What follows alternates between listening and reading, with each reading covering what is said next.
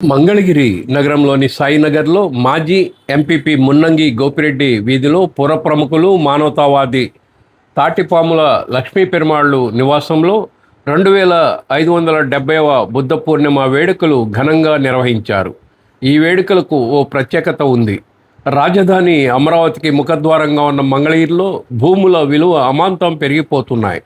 ఈ నేపథ్యంలో తాటిపాముల లక్ష్మీ పెరుమాళ్ళు 200 గజాల స్థలంలో బుద్ధుని పేరిట చక్కటి ఆధ్యాత్మిక వాతావరణం పరిడవిల్లేలా నిర్మాణం చేయటంతో పాటు ప్రత్యేకంగా బుద్ధుని విగ్రహం ఏర్పాటు చేయటం విశేషం.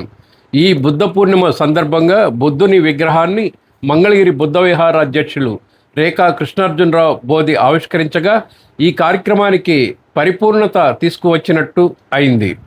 ఈ ప్రాంగణాన్ని స్వేచ్ఛ బుద్ధ విహార్ ప్రాంగణంగా నామకరణం చేయటం విశేషంగా చెప్పవచ్చు. అదే సందర్భంలో మంగళగిరి బుద్ధ విహార తన 25 ప్రస్థానాన్ని ఉటంకిస్తూ కృష్ణార్జునరావు బోధి రచించిన ఆయన శ్వాస ధమ్మపదం అనే పుస్తకాన్ని ఆవిష్కరించడం ఈ కార్యక్రమానికి వన్నె తెచ్చింది. మరో విశేషం ఏమిటంటే తాటిపాముల లక్ష్మీ పెరుమాళ్ళు వెంకటి లక్ష్మిల పెళ్లి రోజు కావటం ఈ కార్యక్రమానికి మరింత శోభను తెచ్చిపెట్టింది. అలాగే అంతర్జాతీయ కార్మిక దినోత్సవం కూడా కావటం తాటిపాముల లక్ష్మీ పెరుమాళ్లలో విభిన్న పార్శ్వాలను సామాజిక దృక్పథాన్ని తేటతెల్లం చేసేలా మేలి కలయికతో బుద్ధ పూర్ణిమ వేడుకలు నిర్వహించడం ఒక ఎత్తు అయితే, ఈ కార్యక్రమంలో విభిన్న రంగాల్లో అపార అనుభవాన్ని గడించిన ప్రముఖులందరూ పాలు పంచుకోవటం తాటిపాముల లక్ష్మీ పెరుమాళ్ళ పట్ల గల అభిమానాన్ని తెలియజేస్తుంది. అయితే ప్రతి కార్యక్రమానికి కొందరు ప్రముఖులను ఆహ్వానించడం పరిపాటి.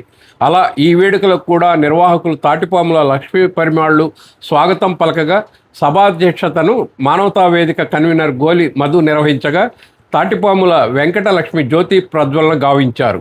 ముఖ్య అతిథిగా Mangalagiri Sahiti Kalavedika convener Telugu Desam party politburo సభ్యులు గుత్తికొండ ధనంజయరావు ఇచ్చేశారు. బుద్ధుని విగ్రహాన్ని మంగళగిరి బుద్ధ విహార అధ్యక్షులు రేఖా కృష్ణార్జున బోధి ఆవిష్కరించారు. అలాగే ధర్మ ప్రవచనం చేశారు. ఎప్పుడు మనం బెనిఫిట్ గురించే కాదు ఆలోచించాల్సింది, అంటే భౌతికమైనటువంటి బెనిఫిట్సే కాదు, మానసికమైనటువంటి బెనిఫిట్స్ కూడా మనకు కావాలి. ఈ మానసికమైనటువంటి బెనిఫిట్స్ ప్రయోజనాలు అందరికీ కూడా కావాలి, అందరికీ కూడా అవసరం అని భావించి ఈ నిర్ణయం తీసుకోవటం జరిగింది. ఈ నిర్ణయంలో వారి యొక్క ఆలోచనకి బలపరుస్తూ ఆ నిర్ణయాన్ని తమ నిర్ణయంగా ఓన్ చేసుకొని బలాన్ని చేకూర్చినటువంటి పెరుమాళ్ గారి కుటుంబ సభ్యులందరికీ కూడా ఈ సందర్భంగా మనం ధన్యవాదాలు చెప్పాలి. వెంకటలక్ష్మి గారికి, హేలి గారికి, హేలి గారి భర్త గారికి, ఇట్లా వీళ్ళందరికీ కూడా 30 కోట్ల దేవతలు లేదా వందల వేలాది మంది దేవుళ్ళు ఉన్నటువంటి భారతదేశంలో అందరూ కూడా ఆరాధనీయ దేవుళ్ళే, దేవతలే, అందరూ శక్తివంతులే. ఏ కోరిక కోరినా కూడా తీర్చగలిగినటువంటి మన మనసులోకి వస్తూ ఉంటాయి. ఇవి ఎప్పుడైతే వస్తాయో, ఇవి వచ్చినప్పుడల్లా కూడా జరిగేది ఏమిటంటే మనకు శాంతి ఉండదు, ప్రశాంతత ఉండదు, సంతోషం ఉండదు, ఆనందం ఉండదు. దానికి ప్రతిగా ఏముంటుంది? బాధ ఉంటుంది, దుఃఖం ఉంటుంది. దుఃఖం అంటే కొంతమంది తెలియక ఏడుపు అనుకుంటారు. దుఃఖం అంటే ఏడుపు కాదండి.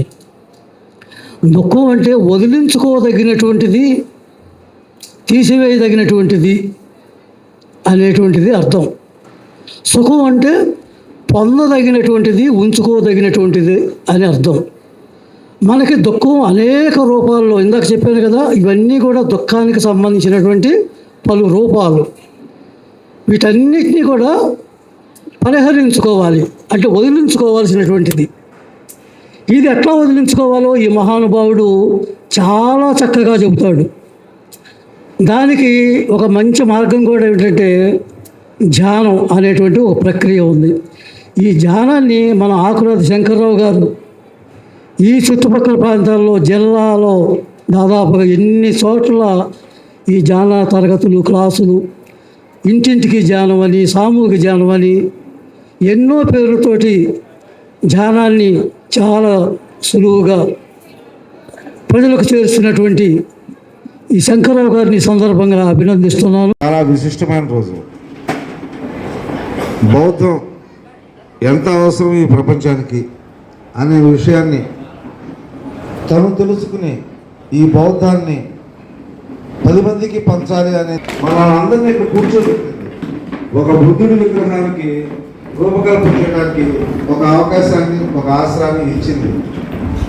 బౌద్ధం అంటే ఏంటి అంటే ఒక్క మాటలో చెప్పాలంటే కళ్ళెదురుగా కనిపిస్తున్నటువంటి అవ్వారు శ్రీనివాసరావు గారు కానివ్వండి, లేదంటే మా మిత్రుడు సుభాని కానివ్వండి, ఎదురు వరుసలో ఉన్నటువంటి రామనాథం పరమేశ్వరరావు గారు కానివ్వండి, ఇట్లా నరపనేని నాగేశ్వరరావు గారు కానివ్వండి, తాటిపాము లక్ష్మీ పెరుమాళ్ గారు కానివ్వండి, ఆపరాజ్ శంకర్రావు గారు కానివ్వండి, రాజు రంగారావు గారు గుంటూరు ఆయన గారు కానివ్వండి, వెంకటలక్ష్మి గారు కానివ్వండి, ప్రత్యూష సుబ్బారావు గారు గుర్తుగొండ ధనంజయరావు గారు, ఇలా మనందరం కలిస్తే ఇదే బౌద్ధం. ఇంతకు మించి బౌద్ధం అంటే ఇంకేం లేదండి. మంచి అనేది ఏదైతే ఉందో అదే బౌద్ధం. బౌద్ధం మనిషికి ఎంత స్వేచ్ఛ ఇచ్చి కూడా చుట్టుకోవడమే స్వేచ్ఛ. మహానుభావుడు కాలమసత్తులో బుద్ధ భగవానుడు అంటాడు, తాత ముత్తాతలు చెప్పారని కానీ, తల్లిదండ్రులు చెప్పారని కానీ, అనాదిగా వస్తున్న ఆచారం కదా అని కానీ దేన్ని నువ్వు గుడ్డిగా అనుసరించకు. నీ అనుభవం ఉన్న గీటురాయిని పరిశీలనగా చేసుకుని అది నీ ఆచరణకి ఆమోదయోగ్యమైతేనే నువ్వు దాన్ని ఆచరించు అంటాడు. అదే సందర్భంలో ఇంకొక మాట అంటాడు, మంచి పని చేయడానికే త్వరపడుము, లేని ఎడల చెడు పనుల యందు మనసు ప్రీతి చెందుతుంది అంటాడు. నిజంగా ఇది ఎంత మంచి పని అంటే, ఇక్కడ మనందరం కోట్లు ఒక మంచి పని అయితే, ఇక్కడ మనం ఒక్క గది పట్టు వదిలేసుకుంటే స్థలం నాకు ఎక్కడ అద్దె పోద్దో అనుకునేవాడు కొలలుగా ఉన్నారు ఊర్లో. అలాంటిది ఇంతటి స్థలాన్ని బుద్ధుడి విగ్రహానికి ఉపయోగించి ఈ స్థలాన్ని ఇచ్చుకోండి, ధ్యాన కార్యక్రమాలకు ఉపయోగించుకోవాలంటే వినియోగించుకోండి అన్నారు. ఖచ్చితంగా మనందరం చేతులు ఎత్తి చప్పట్లు కొట్టాలి ఈ విషయానికి. ఓకే, ఈ ఇక్కడ ఉన్నటువంటి దీనికి ఈ ప్రాంగణానికి మేము కృష్ణ గారు మేము అనుకున్నదే కాదు, నా నోటితో చెప్పించాలి. స్వేచ్ఛా బుద్ధ విహార అని చెప్పని ఇది నామకరణం చేస్తున్నాము. ఇక్కడ ఒక బోర్డు అది పెడతాము. ఇందుట్లో మన బౌద్ధ సంఘానికి కావచ్చు, ఇతర జ్ఞానాలు కావచ్చు, అట్లానే ప్రజలకు సంబంధించినటువంటి ఏ కార్యక్రమం అయినా సరే ఇక్కడ మీటింగులు పెట్టుకోవడానికి మా పర్మిషన్ ఏమి అవసరం లేదు. మాట చెప్తే చాలు, ఏమన్నా బళ్ళు ఏమైనా ఉంటే తీపిచ్చేసి నేను కింద పెట్టించగలను. కొన్ని కుర్చీలు కూడా ఇక్కడ ఏర్పాటు చేద్దామని అనుకుంటున్నాము. ఒక దృష్టికి తీసుకొచ్చారు కృష్ణ గారు, టాయిలెట్స్ ఏమన్నా ప్రాబ్లం వద్దంటే అది కొంచెం ఆలోచించి కొద్ది రోజుల్లో దానికి కూడా పరిష్కారం చూస్తాం. విహార అన్నారు. అయితే ఏంటంటే మా అమ్మాయి పేరు స్వేచ్ఛ, మా చిన్న అమ్మాయి పేరు. ఆ స్వేచ్ఛ అనే అమ్మాయి పేరు మీదే మాకు అక్కడ ఒక ఇల్లు ఉంది, స్వేచ్ఛ నిలయం. ఇది స్వేచ్ఛ బుద్ధ విహార అని చెప్పని నామకరణం చేస్తుంది. రేఖా కృష్ణార్జునరావు రచించిన ఆయన శ్వాస ధమ్మపదం పుస్తకాన్ని ప్రముఖ వ్యక్తిత్వ వికాస నిపుణులు డాక్టర్ ప్రత్యూష సుబ్బారావు ఆవిష్కరించారు.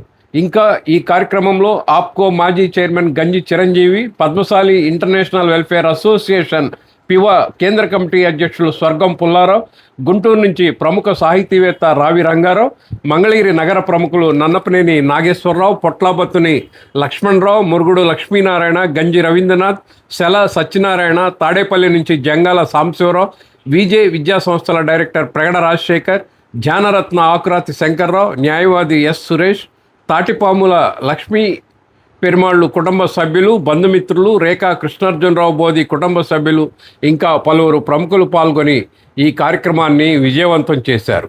బుద్ధ పూర్ణిమ వేడుకల అనంతరం తాటిపాముల లక్ష్మీ పెరుమాళ్ళు ఇచ్చేసిన అందరికీ ఆత్మీయ విందు ఇచ్చారు.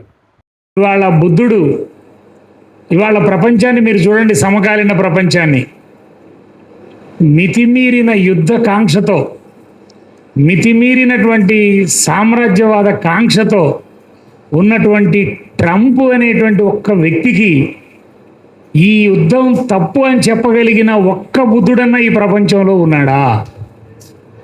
లేని పరిస్థితి.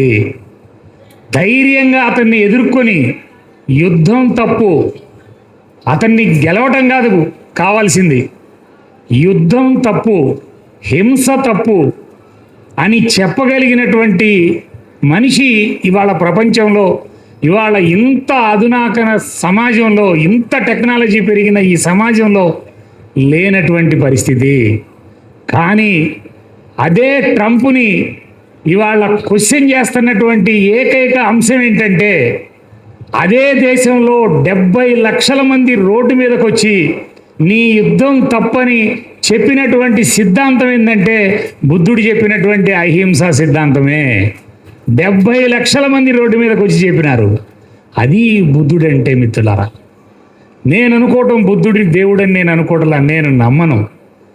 బుద్ధుడు దేవుడని ఏ రోజు కూడా ఆయన చెప్పుకోలా.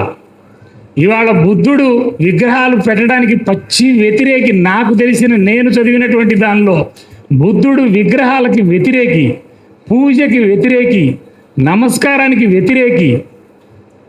మనుషులందరూ సమానంగా ఉండాలని కోరుకున్నటువంటి గొప్ప మహనీయుడు ఈ భూమి మీద బుద్ధుడే. రోడ్డు మీదకి వచ్చి ఘర్షణ పడినాడు ఆయన.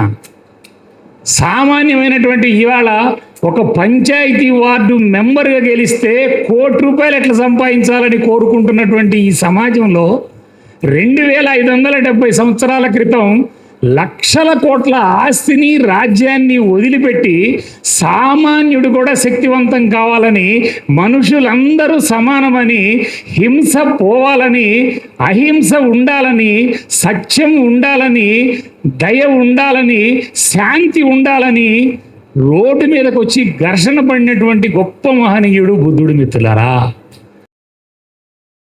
చిన్ననాటి మిత్రులు,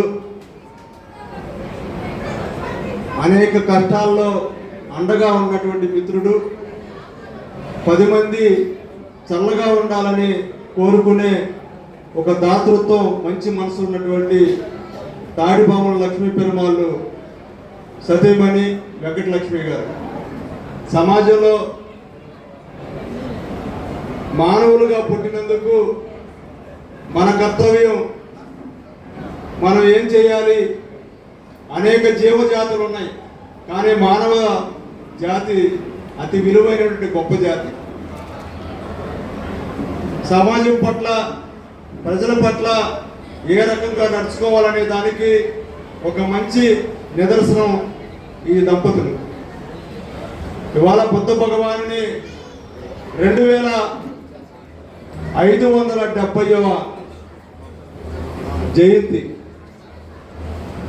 ఈ సందర్భంగా ఇక్కడ మా మిత్రుడు పెరుమాళ్ళ గారి కుమార్తె, ఆ అమ్మాయి పేరిట ఇక్కడ స్వేచ్ఛ బుద్ధ విహార ఏర్పాటు చేయడం, ఈరోజు ఇక్కడికి అందరూ కూడా ఇక్కడికి రావటం, బుద్ధుని ఆశయాలు, కోరికలు ఈ దేశం, ఈ ప్రపంచంలో ప్రజలందరూ కూడా స్వేచ్ఛగా, సంతోషంగా ఉండాలనేది బుద్ధుడి బోధన. ఎప్పుడైతే మనిషిలో అసూయ, దేశం ఉంటుందో అప్పుడే ఆ మనిషికి కష్టాలు మొదలవుతాయి. ఎప్పుడైతే ఆశ అతని లోపల బిగినవుద్దో అప్పుడే కష్టాలు మొదలవుతాయి. కోరికలు ఎప్పుడైతే మరి నువ్వు ఏ రకంగా ముందుకు ఈ కోరికలను ప్రేరేపించుకుంటూ ముందుకు వెళ్తావో అప్పుడే నీ కష్టాలు మొదలవుతాయి. ఇవన్నీ కూడా విస్మరించి ఎదుటి మనిషి కూడా బాగుండాలనే తత్వం. ఒక మనిషి ద్వేషంతో మనని ఏదో ఒకటంటే దానికి రెట్టింపు మనం చేసినప్పుడు ఎవ్వరికి మనశ్శాంతి ఉండదు. వాడేదో నేను చేయాలని చూస్తుంటాడు, నువ్వేదో వాడు చేయాలని చూస్తుంటాడు. అంటే ఇద్దరు కూడా ఎక్కడ కూడా ఏ రోజు మనశ్శాంతిగా ఉండరు. అందుకనే ద్వేషం, అసూయ, కోపం ఇవన్నీ కూడా మనం నిగ్రహంతో పరిగణించాల్సిన అవసరం ఉంది. అందుకనే బుద్ధుని మార్గం ప్రపంచం చల్లగా ఉండాలి, ప్రజలంతా చల్లగా ఉండాలనే ఆయన ఆలోచనని అందరూ కూడా పుణికిపుచ్చుకుంటుకోవాలని ఈ బుద్ధుని జయంతి సందర్భంగా మిత్రుడు ఏర్పాటు చేసినటువంటి ఈ కార్యక్రమంలో పాల్గొనే అవకాశం నాకు లభించినందుకు అందరికీ ధన్యవాదాలు తెలుపుకుంటూ నాకు ఇచ్చిన అవకాశానికి కృతజ్ఞతలు తెలియజేస్తూ ఈరోజు మా మిత్రుడు లక్ష్మీ పెరుమాళ్ళు వెంకటలక్ష్మి గారికి పెళ్లి రోజు శుభాకాంక్షలు తెలియజేస్తూ నేను ఈ కార్యక్రమం విరమిస్తున్నాను.